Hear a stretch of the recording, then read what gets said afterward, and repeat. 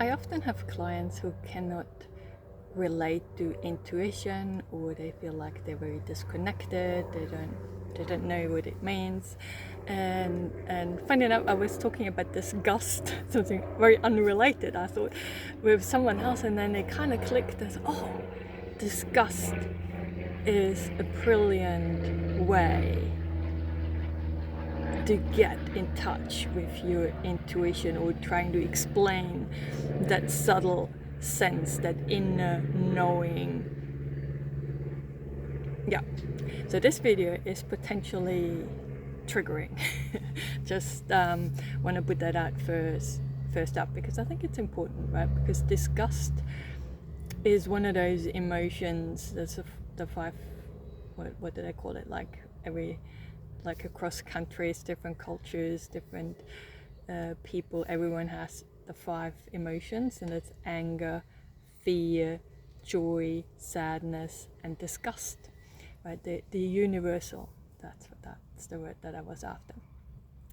So energetically, disgust is an away move, right? Compared to joy, which is your towards move.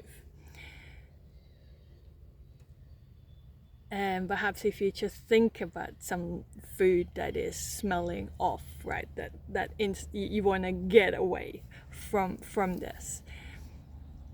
And I think where this gets really complicated is when we're talking about intuition, disgust, and with people who had a lot of trauma in childhood, right? Like myself, and most likely you too, right?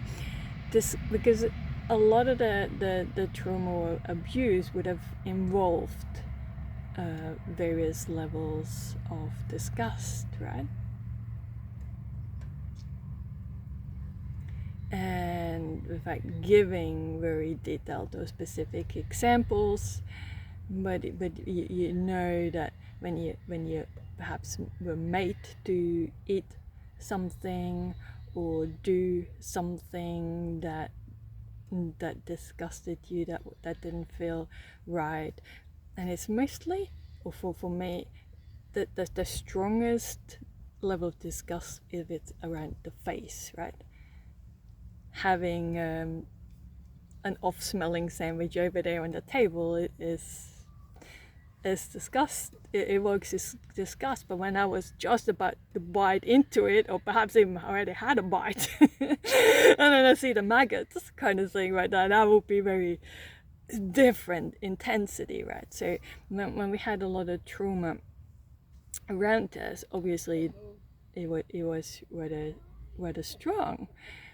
But what I invite you to feel into is not just the sense of how you wanted to perhaps pull away, but also the sense that in childhood, in those traumatic moments when you were forced or made to do certain things, you had to override this, right? Like, I learned very quickly that the better I get at overriding this, and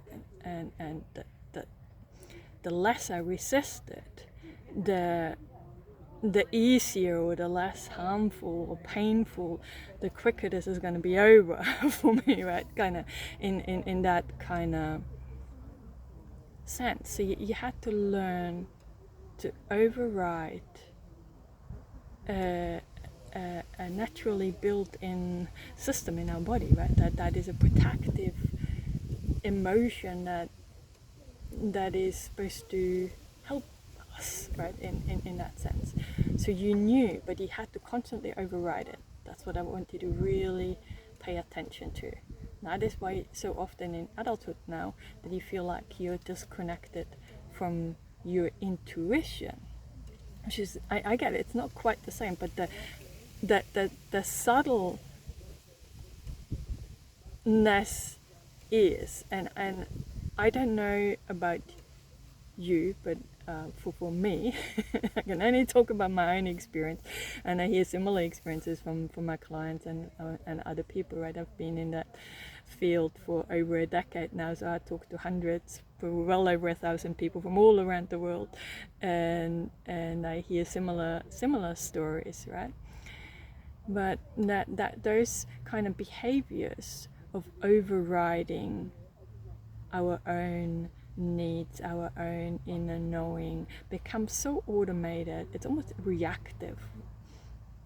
It happens before we even can think about it, right? Because it's that they're trauma responses, right? That it's hardwired into the system. So now when you're perhaps at work and it's nearly knock-off time and your boss comes in and it's like, oh, there's the stuff, it has to be done today, and perhaps your intuition tells you no, but perhaps the people pleasing was the safer thing, safer option. So you didn't. You're just gonna say yes anyway, or some other decision where it's up, that one might be a bit more obvious, right? That you actually don't want to, but you just kind of feel compelled to say yes. But when you're having that ambivalence, should I not, there is that hesitation in doing something, but at the same time, if I didn't, I feel bad, I'm letting people down, or what are the consequences for others, or is that kind of inner dialogue can come up with it too, right? So, but that sense, if you can just imagine something that is potent enough for you to evoke that emotion of disgust, but doesn't fully trigger into trauma memories. And if that happens, like even right now, if your mind's already back in the past, thinking about past events and almost like reliving them, like bringing yourself back here in this present moment, right? Feeling the support of where you're leaning to, or where you're sitting, or feeling the earth under your feet, coming back into this present moment. Acknowledging that was difficult, what happened. I always want to acknowledge that and remind us how little we were, and we didn't have any other choices but to override our intuition, right? Override a lot more than just intuition, but that we're talking about intuition and that subtleness right now, right? But that coming always back when things feel too overwhelming. That can also give us a sense of wanting to stop exploring something, but that's not that what I'm talking about here, right? So we want to pick something that evokes some disgust, and for me, we want to learn the micro movement or action that your body makes, or perhaps it's a thought, but I found for most people it's actually a physical action that they do just before they're overriding their intuition, right? So I can share mine with you, and perhaps this can be very different to you. For in my case, it makes sense to the type of trauma that I had, that it is that way. For other people, it's slightly different. So what it is for me, that energetic no, that's not right, that moving away, for me, that energetic moving away, what I do is I have a very shallow, not a deep breath in, just and I hold it, right? You feel it? Like it's almost like, and when you see it from side on, it's almost like I'm moving my face a centimeter back, like that movement back that it is that's what it is for me. For some people I know it's almost like they're breathing out and they're actually making that hand gesture. It might not even be that obvious. You might have your hands in the pockets, but you can feel your hands kind of in your elbow, that push away, right? To really get curious about what is it for me. And perhaps you can share it down below too, right? That helping each other out here to get to know our micro moves. That's that intuition. That's that inner knowing, that body sense. That's actually telling you that no to this kind of thing, right? But it is a subtle. It is very.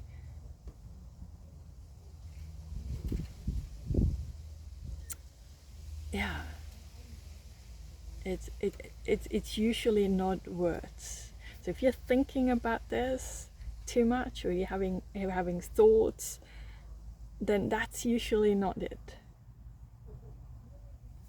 Right? It's a subtle, energetic move.